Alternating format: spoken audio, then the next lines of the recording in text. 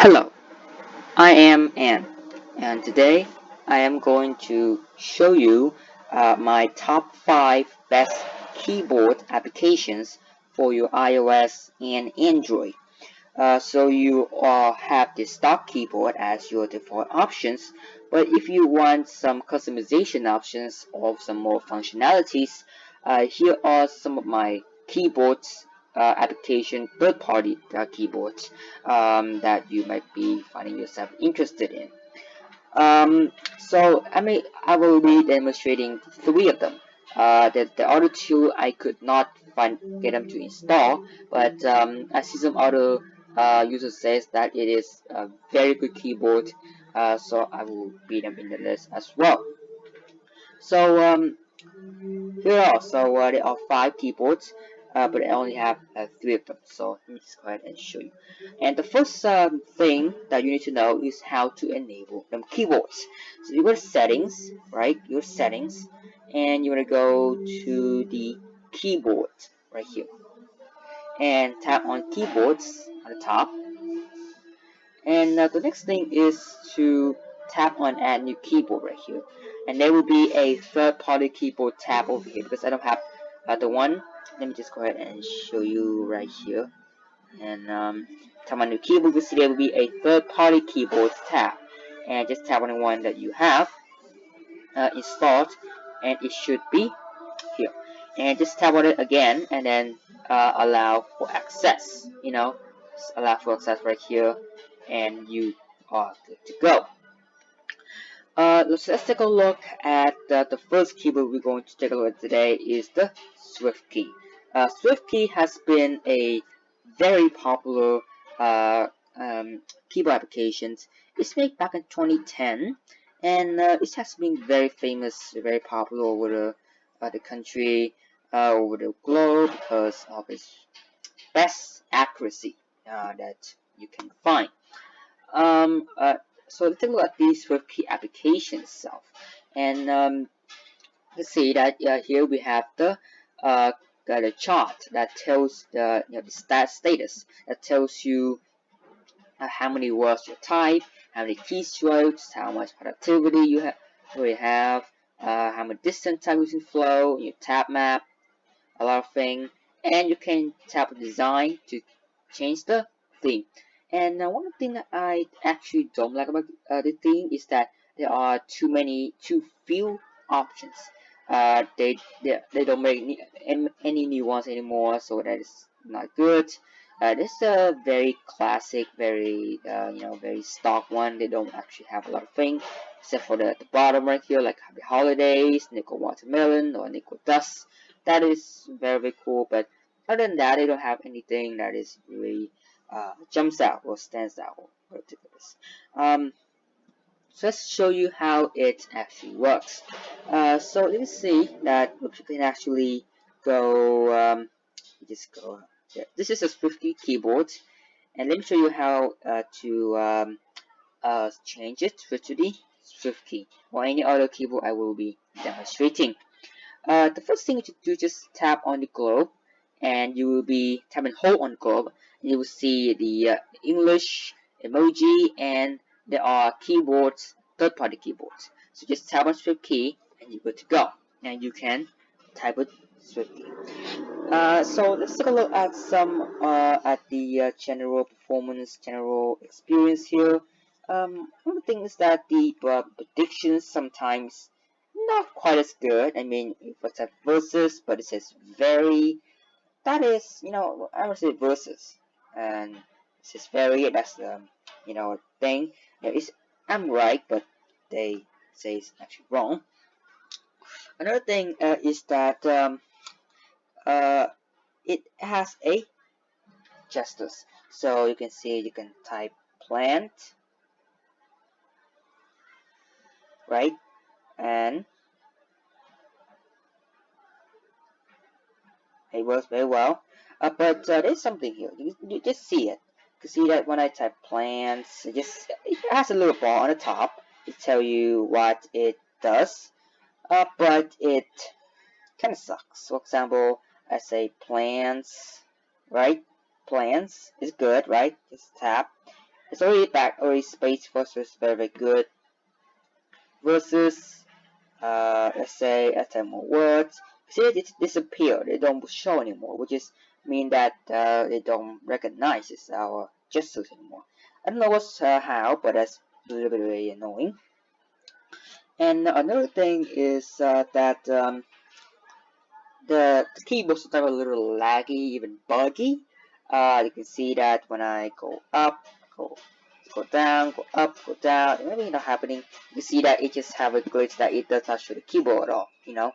And I have tried so many ways. For example, I tried to hold it, does not move, you know, a little thing, and you have to like add a new keyboard in order to actually do that. That's a little annoying.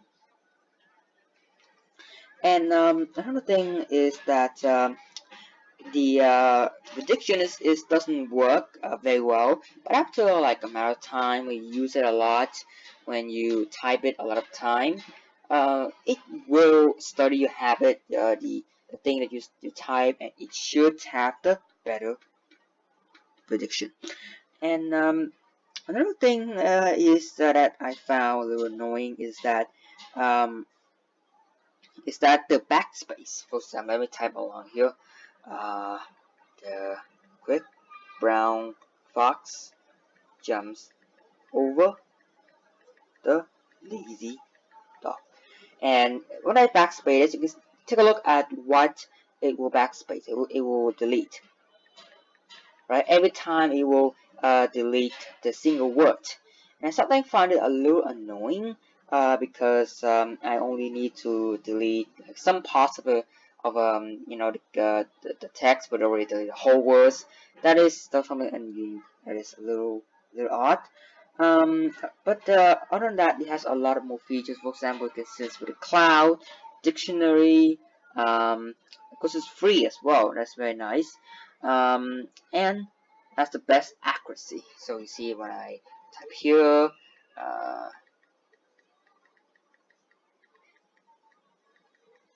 that is actually really accurate. I mean, I don't actually feel anything that's more accurate in this one. It uses the same kind of UI as like a stock keyboard, so just change the overall, the appearance, the themes, add themes functionality, and that's it. Another thing that so that's the SwiftKey. Some other, let's check out some other cons that I noticed so far. For example, there's no GIF. There's sometimes a little lag, and predictions a little, not too good. There's a limited theme, and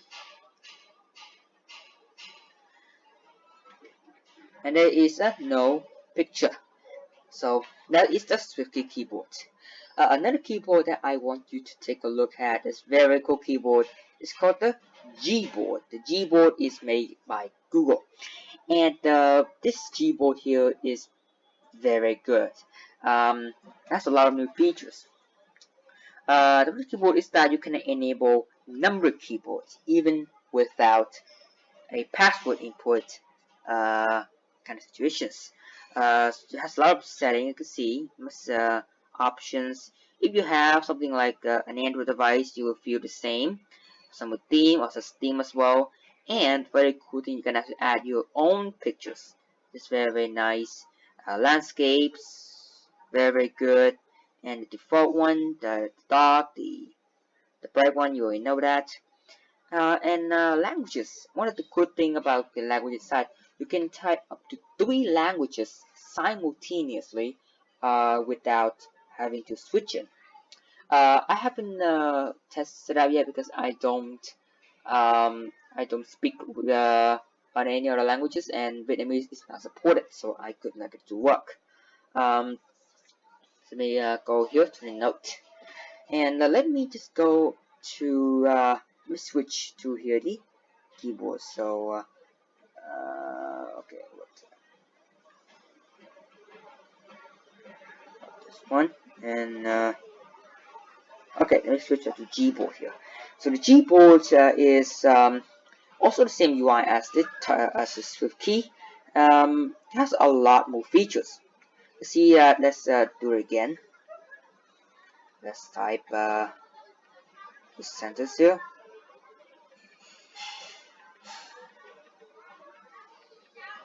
And it works very well, and there are a lot of more features. I mean, I just said. The first thing is the speech recognition. So you tap hold the space bar, you will here, for example, iPhone 6s Plus. So it will paste the word which is here into the note. So that is also one thing. Another feature that's also very cool is the GIF. So we have normal emoji. As you can see, the SwiftKey also has emoji as well, and they're exactly like Apple's here, because if they use their own emojis, then it was impossible to really show them on any other device, because it does not have the same Unicode thing as Apple. So it has to use Apple's own emojis. So that is the thing. What is another emoji? You can actually search for emoji. For example, happy, right? Yeah, that's an happy one as well. Very nice. And let's say black. Let's say sports. Yeah, sports. Very nice. Also have some features. And let's take a look at the GIFs here. The GIFs here is very cool. It is a live photo. Has a lot of things like hi-fi, clapping, a lot of things. You can search for them as well. But it's something that I noticed here, right? When I paste the keyboard right here, and I paste it over here. You can see that it does not move at all. You can see it does not move. You can see that it clearly does not move. That is not the thing that creates the GIF. And I tested some other thing. For example, the spotlight source over here, and it doesn't work. So that is why I don't actually here. I don't know why this GIF doesn't. But if GIF works on any other thing, but that is still you need to notice. And let's take a look at the gestures. So they are called glide typing, and the glide typing here is also doesn't work very well as you would expect. For example, plant, right? But it does not support space, so you have to space and then use it again, space, and then zombies, right? That is something that's not too annoying if you typing like a few words, but you type a lot of words, that would be a problem. And there's also a G logo. So you tap on the G logo here, and you can search for almost anything like the normal Google search. You can search for weather, for example, and I will show you the weather. You can see that this weather here, the news here, the some other one that is here. You can search for how many miles. Let's say 1 miles to 1 mile to kilometers, and it will give you the thing. It doesn't actually show, but that is good. So that is the GS quick search. That's very useful. You should have done.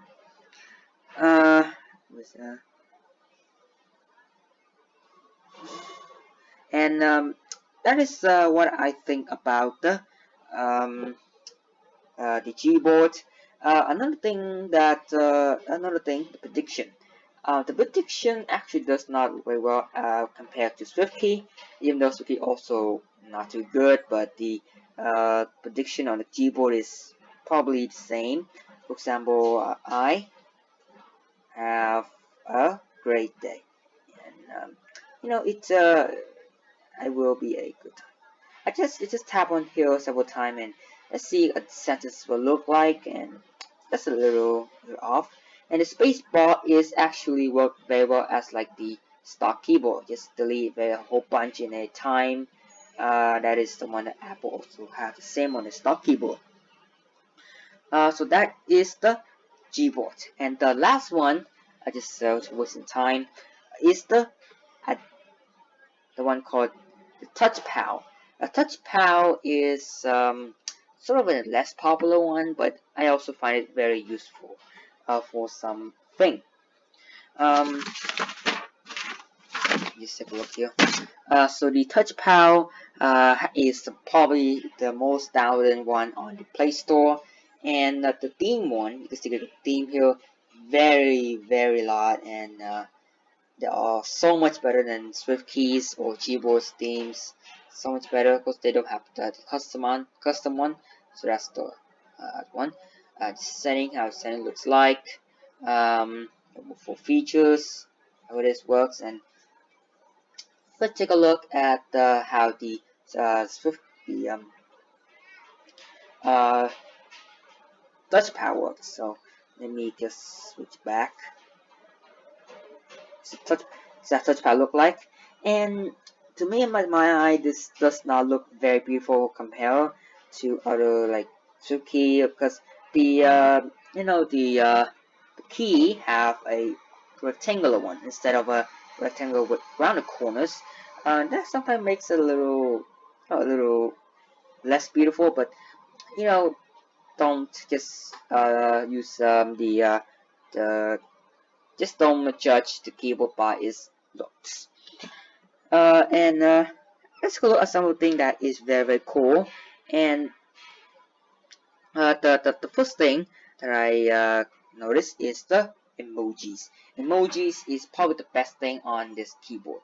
It has probably the best group emojis ever. You can see that this is the emoji, and they are grouped into a different word, a different kind of text, different scenario kind of text. It works very well. You can add to them. You can see add to them. Can come with different emojis to hi honey. You can add one instantly without having to just use manually. That's very time consuming. For example, buy.